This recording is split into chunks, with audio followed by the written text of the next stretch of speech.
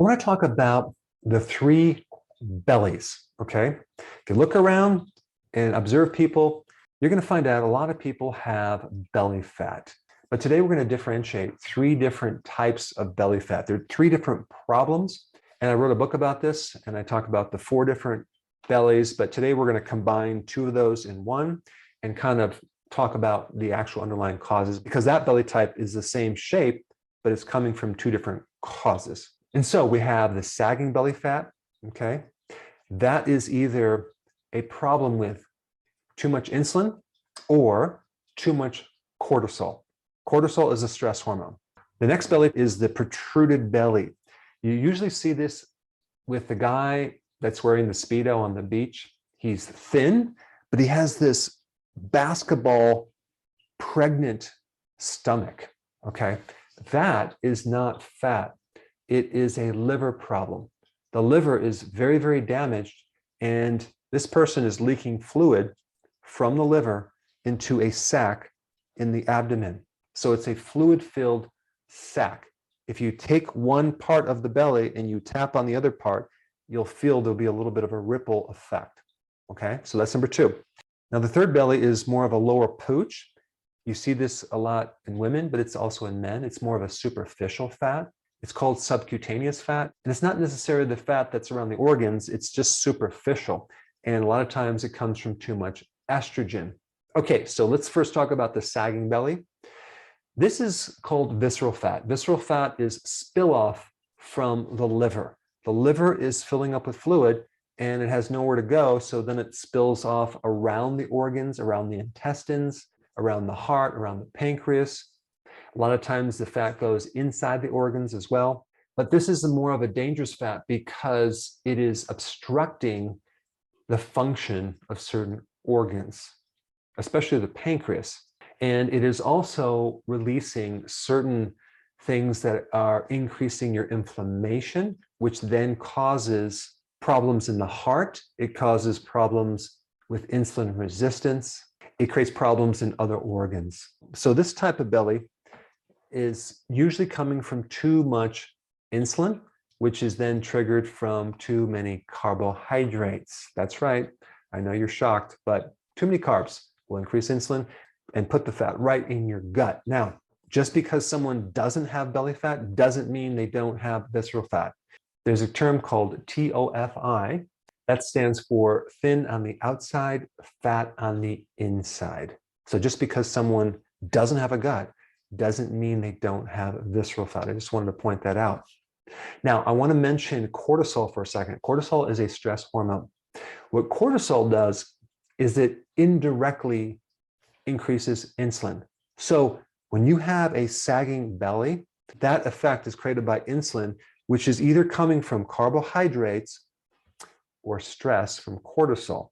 So the cortisol makes your belly increase by triggering insulin because cortisol increases the production of glucose from non-carbohydrate sources. So in other words, it'll take your protein, it'll take your fat and turn it into glucose, which then triggers insulin.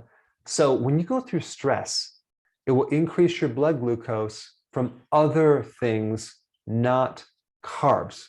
So stress and sugar create the same effect, belly fat and many other problems.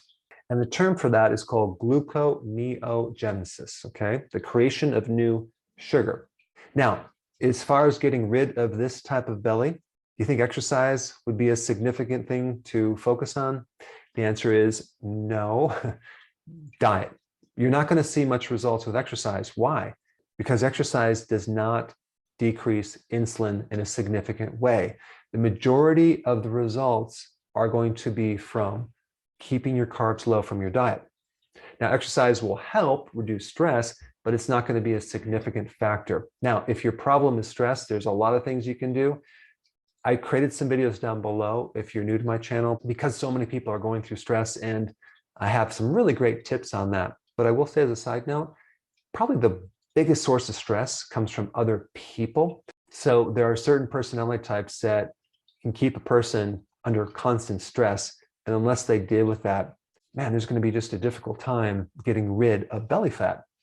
And the other point is sleep. If you can fix your sleep, you can greatly fix your stress. All right, let's shift to the protruding belly. This is a liver problem, usually cirrhosis, advanced liver disease.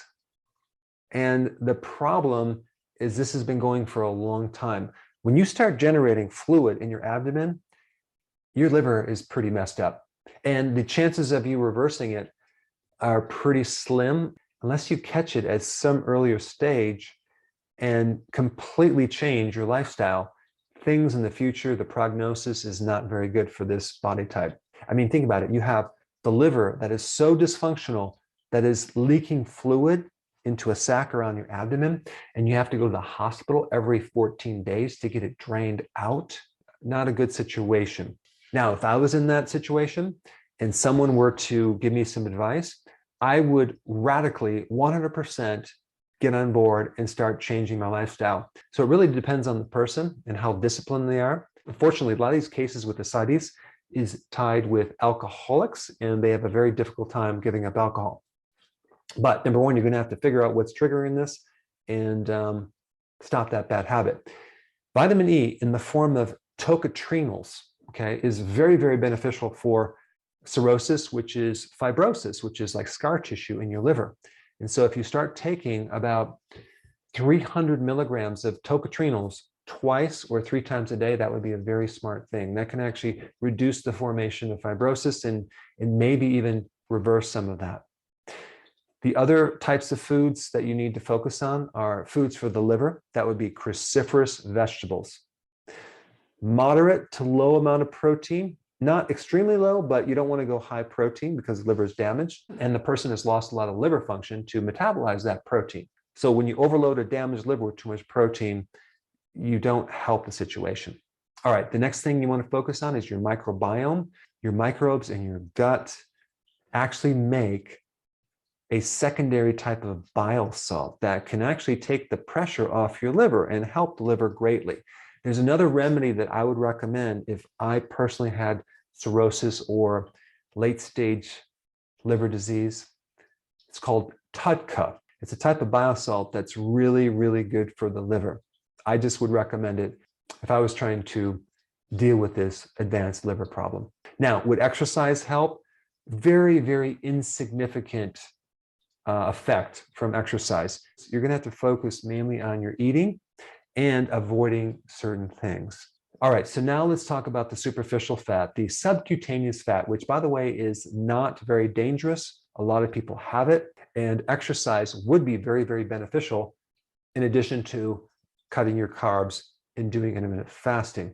I will say though, it does take a long time to get rid of that last bit of belly fat. But if you increase the amount of fasting that you do and you follow these next recommendations, I think you can speed it up. But many times the person is estrogen dominant, okay? So we don't want to increase too much estrogen because estrogen increases the superficial fat around the body, especially in the hips, the thighs, and the buttocks. So we want to lower estrogen. How do we do that? We avoid soy products. We avoid things with pesticides, herbicides, fungicides, and we consume more organic foods. We avoid dairy, which by the way can greatly increase your estrogen. We want to avoid plastics. Yeah, that's right. Plastics are in your food. The average person in the US consumes the amount of plastic that equals the size of a credit card. So I've done a video on that. Check it out down below if you haven't seen it.